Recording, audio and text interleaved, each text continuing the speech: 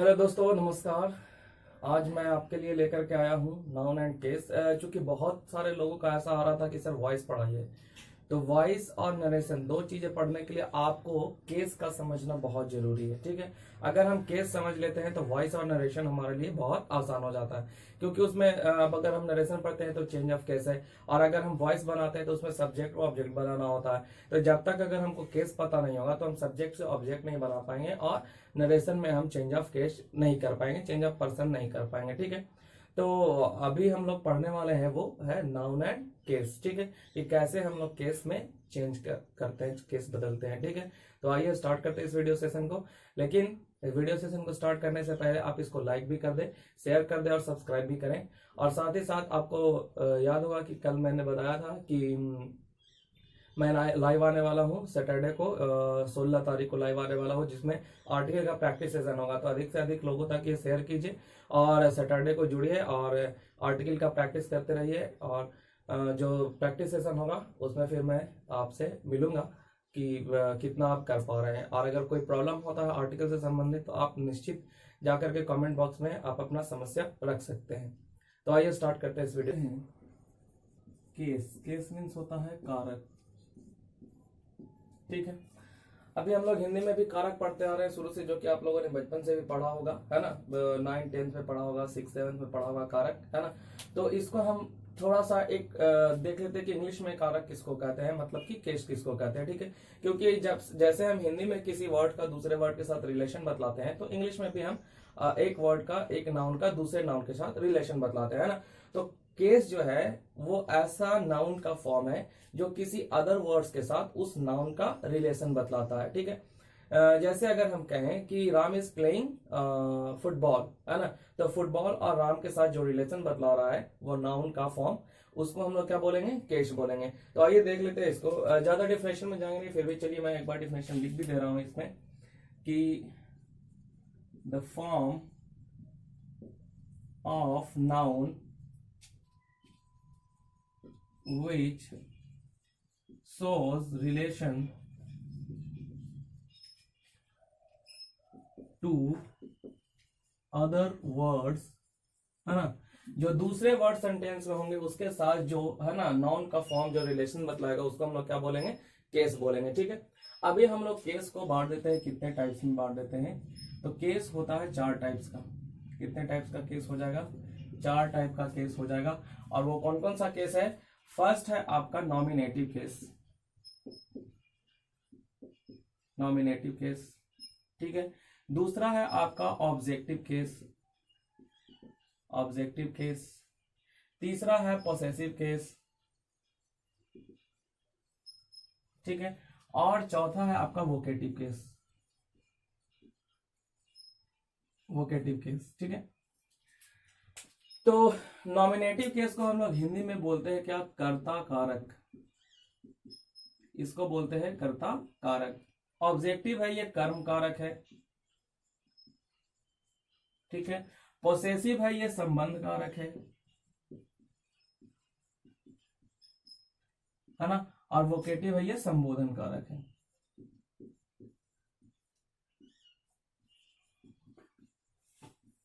अब एक एक करके डिटेल में समझते हैं कि नॉमिनेटिव केस क्या है ना, ऑब्जेक्टिव केस क्या है, पोसेसिव केस क्या है और वोकेटिव केस क्या है। तो नॉमिनेटिव केस में है कि जब भी कोई noun as a subject of verb आ रहा है ना, किसी भी वर्ब के सब्जेक्ट के रूप में आ रहा है अगर कोई नाउन, तो उसको हम लोग कौन से केस में बोलते हैं, नॉमिनेटिव केस में बोलते हैं। ठीक है, सब्जेक्ट और ऑब्जेक्ट, है ना, ये दो चीज भी समझना हमको बहुत जरूरी है। अगर हम पहले इसको समझा रहे हैं तो उसके पहले हम आपको थोड़ा सब्जेक्ट और ऑब्जेक्ट के बारे में बता दें कि सब्जेक्ट क्या है और ऑब्जेक्ट क्या है। ठीक है, कोई भी सेंटेंस स्टार्ट होता है सब्जेक्ट से, है ना। तो सब्जेक्ट है क्या, सब्जेक्ट मीन्स करता, इट मीन्स दैट कि जो काम को करने वाला है, that is doer of the action is called subject. जो एक्शन को कर रहा है इसको हम सिंपली लिख सकते हैं डूअर ऑफ द एक्शन, है ना। जो डूअर ऑफ एक्शन होगा वो क्या है, सब्जेक्ट है। ठीक है, अभी या फिर ऐसा भी हम कर सकते हैं कि सेंटेंस में अगर किसी के बारे में कुछ कहा जा रहा हो तो वो सब्जेक्ट होता है ना, जिसके बारे में बोला जाए वो सब्जेक्ट होता है। तो यहाँ पे हमको उसमें नहीं जाना, हमको केवल यही देखना है कि सब्जेक्ट है क्या, तो डूअर ऑफ द एक्शन, जो एक्शन को करेगा वही क्या है, सब्जेक्ट है। उसके बाद हम थोड़ा देख लेते हैं ऑब्जेक्ट के बारे में, देख लेते हैं कि ऑब्जेक्ट क्या है। ठीक है, तो ऑब्जेक्ट है कोई भी नाउन, है ना, या कोई वर्ड जिसपे कि कोई एक्शन किया जाए, वो क्या है, ऑब्जेक्ट है ना। हम इसको ऐसे कर सकते हैं, द रिसीवर ऑफ एक्शन, ठीक है ना, जो एक्शन को रिसीव करता। सपोज अगर हम यहाँ पे अगर एक एग्जांपल लिख देते हैं कि राम इज प्लेइंग फुटबॉल, है ना, राम इज प्लेइंग फुटबॉल, तो अगर हम लिख रहे हैं राम इज प्लेइंग फुटबॉल, तो इसमें जो सब्जेक्ट है वो कौन है, डूअर ऑफ द एक्शन कौन है, तो डूअर ऑफ द एक्शन करने वाला यहाँ पे कौन नजर आ रहा है, तो राम, है ना, राम ही तो खेल रहा है फुटबॉल ना, तो राम क्या हो गया, सब्जेक्ट हो गया, डूअर ऑफ द एक्शन हो गया। अब बताइए कि राम का एक्शन किस पे हो रहा है, राम का जो एक्शन है खेलने का, अगर फुटबॉल खेलेगा तो किकिंग करेगा, मारेगा किक उसको। अब ये बताइए कि ये इसका एक्शन रिसीव कौन कर रहा है, तो इसका एक्शन जो है वो रिसीव कर रहा है फुटबॉल, तो फुटबॉल क्या हो गया यहाँ पे, ऑब्जेक्ट हो गया, है ना। तो अगर किसी भी वर्ब का अगर कोई सब्जेक्ट के रूप में आ रहा है तो ये क्या सा केस हो गया, नॉमिनेटिव केस हो गया। अगर वो ऑब्जेक्ट के रूप में आ रहा है तो कौन सा केस हो गया, ऑब्जेक्टिव केस हो गया, है ना। तो जैसे राम यहाँ पे कौन से केस में है, तो नॉमिनेटिव केस में है, और अगर फुटबॉल की बात करें, फुटबॉल कौन से केस में है, तो वो ऑब्जेक्टिव केस में है, ठीक है। तो राम क्योंकि इस वर्ब का सब्जेक्ट है ना, करने वाला है इसको, तो ये नॉमिनेटिव केस हो गया, और ये रिसीवर ऑफ द एक्शन हो गया, जो एक्शन ये कर रहा है उसको ये रिसीव कर रहा है, तो फुटबॉल क्या हो गया यहाँ पे, ऑब्जेक्टिव केस हो गया, ठीक है। तो एक एक करके इसको समझ लेते हैं थोड़ा थोड़ा, ठीक है। क्या है, पहला है नॉमिनेटिव केस। नॉमिनेटिव केस का मतलब है कि व्हेन अ नाउन और pronoun functions as subject of a verb, है ना। जब भी कोई नाउन और प्रोनाउन जो है वो वर्ब के सब्जेक्ट के रूप में काम करे, तो उसको हम लोग किस में बोलते हैं, नॉमिनेटिव केस में बोलते हैं। नॉमिनेटिव केस का एक दूसरा भी नाम होता है जिसको कभी कभी हम लोग क्या बोलते हैं, सब्जेक्टिव केस, ठीक है। तो अगर कहीं पे सब्जेक्टिव केस भी लिखा हो तो कंफ्यूज नहीं करना है ना, nominative case and subjective case both are same. तो यहाँ पे अभी हम नॉमिनेटिव केस के बारे में क्या बता रहे थे कि अगर कोई भी नाउन हो या प्रोनाउन हो और किसके तरह फंक्शन कर रहा हो, सब्जेक्ट के रूप में फंक्शन कर रहा हो किसी वर्ब पे, तो वो क्या है, नॉमिनेटिव केस में उसको हम लोग कहते हैं। जैसे कि अगर मैं एक एग्जांपल देना चाहूं तो मैं आपको एक एग्जांपल भी दे रहा हूं। जैसे हम कहें कि he is going to market, है ना, he is going to market. अब आपको तो सब्जेक्ट पता है, ऑब्जेक्ट भी पता है, तो हमको यहाँ पे नॉमिनेटिव केस में बात किसका करना है, केवल सब्जेक्ट का बात करना है। किसका बात करना है, सब्जेक्ट का। अब यहाँ पे देखेंगे who is the doer of the action, कौन एक्शन को करने वाला है, तो यहाँ पे देखते हैं कि एक्शन को करने वाला ही है। He is going to market, बाजार कौन जा रहा है, तो ही जा रहा है। तो ही जो है वो नाउन है या प्रोनाउन है, तो ये प्रोनाउन है ना, और ये प्रोनाउन कौन से केस में हो जाएगा, तो ये प्रोनाउन हो जाएगा नॉमिनेटिव केस में। अगर यहाँ पे अगर हम राम लिख देते कि Ram is going to market, तो राम क्या हो जाता, नॉमिनेटिव केस में हो जाता। अगर हम लिख देते कि Sita is going to market, तो सीता क्या हो जाती, नॉमिनेटिव केस में हो जाती। इट मीन्स दैट कि जो भी है जो सब्जेक्ट के रूप में काम कर रहा है किसी भी वर्ब का, तो वो आपका नॉमिनेटिव केस में है। नेक्स्ट है आपका ऑब्जेक्टिव केस, ठीक है। तो अगर ऑब्जेक्टिव केस का अगर हम डिफिनेशन देना चाहें तो क्या हो जाएगा इसका डिफिनेशन, कि when a noun or pronoun functions as object of a verb, है ना। जब भी कोई नाउन और प्रोनाउन, है ना, ऑब्जेक्ट के रूप में काम कर रहा है, किसी भी वर्ब के ऑब्जेक्ट के रूप में काम कर रहा है, तो उसको क्या बोलेंगे हम, बताइए, उसको हम बोलेंगे ऑब्जेक्टिव केस। तो यहाँ पे, है ना फ्रेंड्स, एक एग्जांपल हम दे देते हैं। एग्जाम्पल हो गया अगर सी लव्स मी, ठीक है। तो सी लव्स मी अगर हम एग्जाम्पल दे रहे हैं तो सी क्या हो गई, सब्जेक्ट हो गई, है ना, डूअर ऑफ द एक्शन हो गई, वो सब्जेक्ट हो गई, ठीक है। और रिसीवर ऑफ द एक्शन कौन है, मी, है ना। तो जो रिसीवर ऑफ द एक्शन होता है वो क्या है, कौन से केस में है, वो है ना, ऑब्जेक्टिव केस में। Receiver of the action objective case कहलाता है, ये ऑब्जेक्ट के रूप में काम कर रहा है, सो मी क्या हो गया, ऑब्जेक्टिव केस में हो गया, ठीक है। अगर यहाँ पे ये भी रहता कि सी लव्स राम, है ना, तो राम क्या हो जाता, वो ऑब्जेक्टिव केस में चला जाता, ठीक है। आगे बढ़ते हैं, देखते हैं हम लोग पोसेसिव केस में। तो पोसेसिव केस का क्या होता है डिफिनेशन, डिफिनेशन में कुछ रखा नहीं, फिर भी मैं लिख दे रहा हूं, चलिए, है ना, कि व्हेन अ नाउन और pronoun shows possession to other words और noun you can say, है ना, जो भी है। पोसेशन मीन्स क्या होता है? अधिकार। पोसेशन मीन्स होता है क्या? अधिकार। ठीक है। अगर कोई नाउन और प्रोनाउन है किसी दूसरे वस्तु पर, किसी दूसरे नाउन पर, है ना, या किसी दूसरे वर्ड्स पे अगर हम कहें कि वो अपना एक अधिकार बता रहा है, रिलेशन बतला रहा है, तो वो कौन सा केस हो जाएगा? पॉसेसिव केस हो जाएगा। ठीक है। जैसे मैं एक एग्जांपल दे रहा हूं कि दिस इज माई पेन। ठीक है। ये पेन है किसका भैया? ये पेन है मेरा। किसका पेन है? मेरा पेन है। This is my pen. तो ये जो माई वर्ड आया उसी से तो पता चल रहा ना कि पेन किसका है, तो पेन मेरा है, ये पता चल रहा। ठीक है। तो ये माई जो आया वो अपना रिलेशन, अपना अधिकार इस पेन पे क्या कर रहा है? बतला रहा है। तो माई कौन सा केस हो गया? माई हो गया वो पॉसेसिव केस में हो गया। कौन सा केस हो गया? पॉसेसिव केस हो गया। ठीक है ना, क्योंकि ये अपना अधिकार पेन पे बता रहा है, तो वो कौन सा केस हो गया? पॉसेसिव केस हो गया। ठीक है। लास्ट हमारा जो केस है वो वोकेटिव केस है। ठीक है। तो वोकेटिव केस को सिंपली हम लोग ऐसा कह सकते हैं क्या कि when a noun is called, है ना, जब किसी नाउन को बुलाया जाता है या पुकारा जाता है, तो वो कौन सा केस होता है? वो वोकेटिव केस में होता है। ठीक है। When a noun is called, है ना, तो ये कौन सा केस में हो गया? वोकेटिव केस में हो गया, when a noun is called.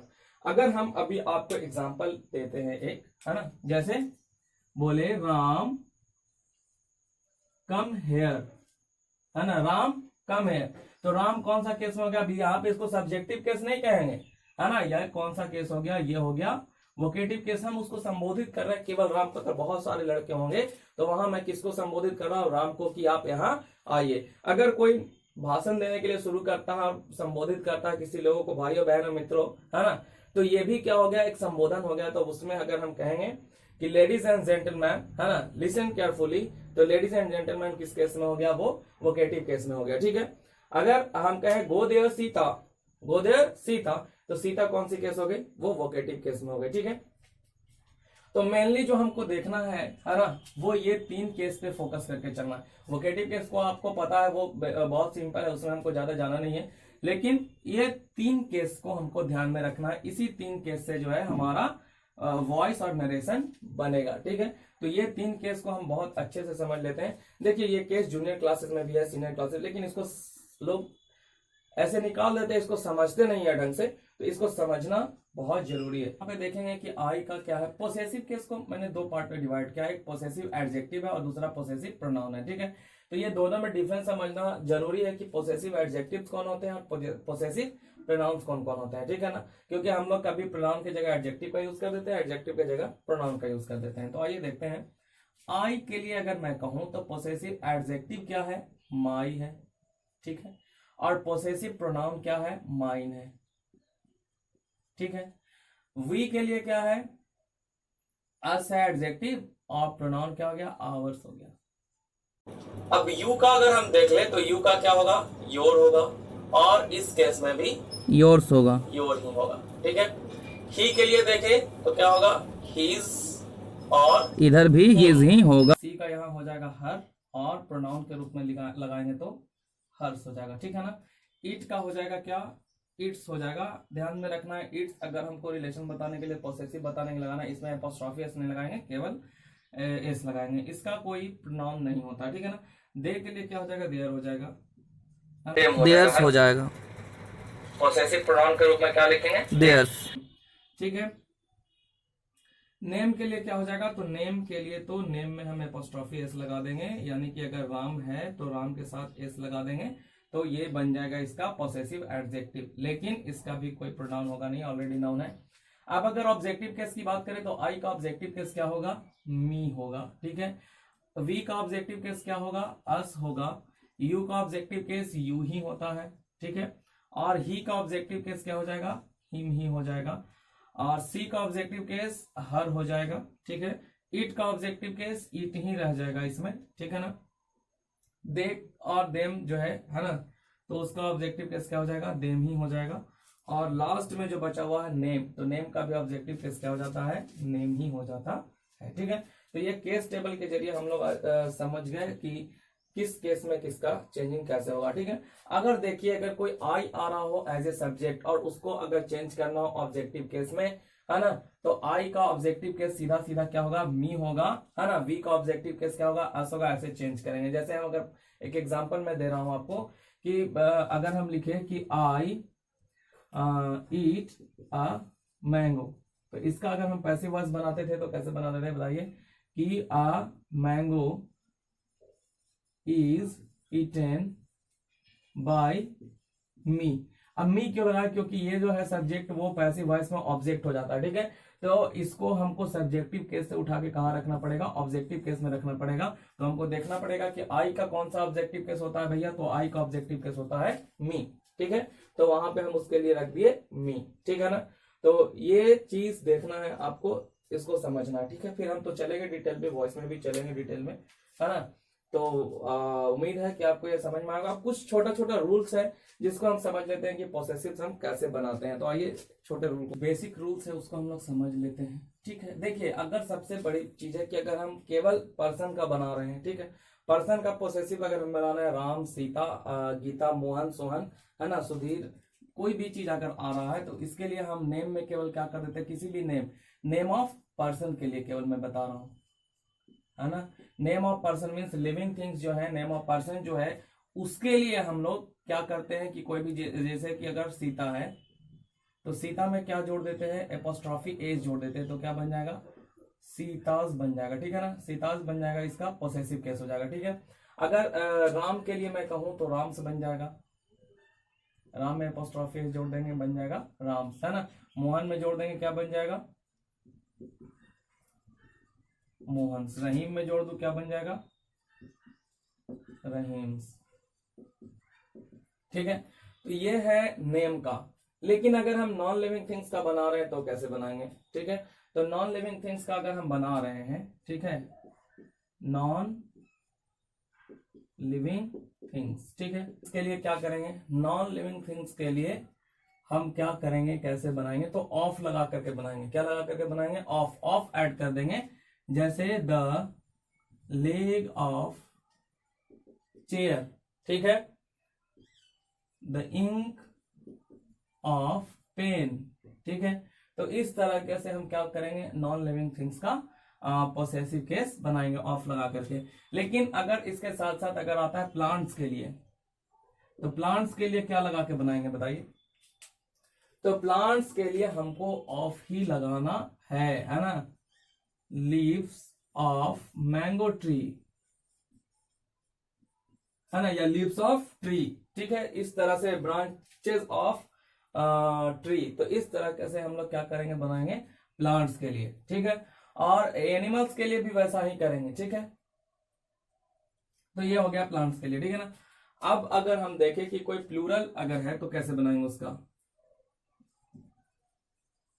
कोई प्लूरल है नाउन तो उसका कैसे बनाएंगे। ठीक है ना, तो प्लूरल नाउन का अगर हमको पोसेसिव बनाना है तो प्लूरल के बाद जो सबसे लास्ट में जो एस लगा होता है या एस लगा होता है उसके बाद केवल हम लोग एपोस्ट्रॉफी लगा देते हैं। ठीक है ना, जैसे अगर हम लिखना चाहेंगे कि बॉक्सेस, तो बॉक्सेस का एपोस्ट्रॉफी बनाएंगे तो लास्ट में केवल एपोस्ट्रॉफी लगा देंगे, इसमें एस जोड़ने की बिल्कुल भी कोई जरूरत नहीं है। यानी कि ये बॉक्सेस से क्या बन जाएगा, बॉक्सेस। ये प्लूरल हो गया, बक्से हो गया, और ये बक्सों का हो गया। ठीक है ना, ये क्या हो गया, बक्सों का। ठीक है, बॉयज। ठीक है ना, बॉयज प्लूरल है बॉय का, तो इसका कैसे बनाएंगे पोसेसिव, तो लास्ट में केवल क्या लगा देंगे, बॉयज के बाद एपोस्ट्रॉफी ऐसे लगा देंगे, इसका प्लूरल इसका पोसेसिव बन गया। ठीक है ना, तो ये कुछ बेसिक रूल थे पोसेसिव बनाने के। तो उम्मीद करता हूं मैं कि आपको ये वीडियो अच्छा लगा होगा और समझ में ये सारी चीज आ गई होगी। अगर आपको कोई स्टूडेंट्स और फ्रेंड्स को अगर दिक्कत हो रहा है, कोई परेशानी हो रहा है, तो आप कमेंट बॉक्स में जाइए और वहां पे आप अपनी समस्या को रखिए, मैं निश्चित रूप से उसको दूर करूंगा। अगर आप ये चाहते हैं कि मैं कोई अदर टॉपिक भी शुरू करूं तो उसके लिए निश्चित रूप से आप कमेंट बॉक्स में जाकर के उस टॉपिक को शुरू करने के लिए कर सकते हैं। ठीक है, अगर आपका कोई सजेशन हो तो मोस्ट वेलकम है ना, ताकि मैं इस सेशन को सुधार सकूं और आप तक अच्छे से पहुंचा सकूं।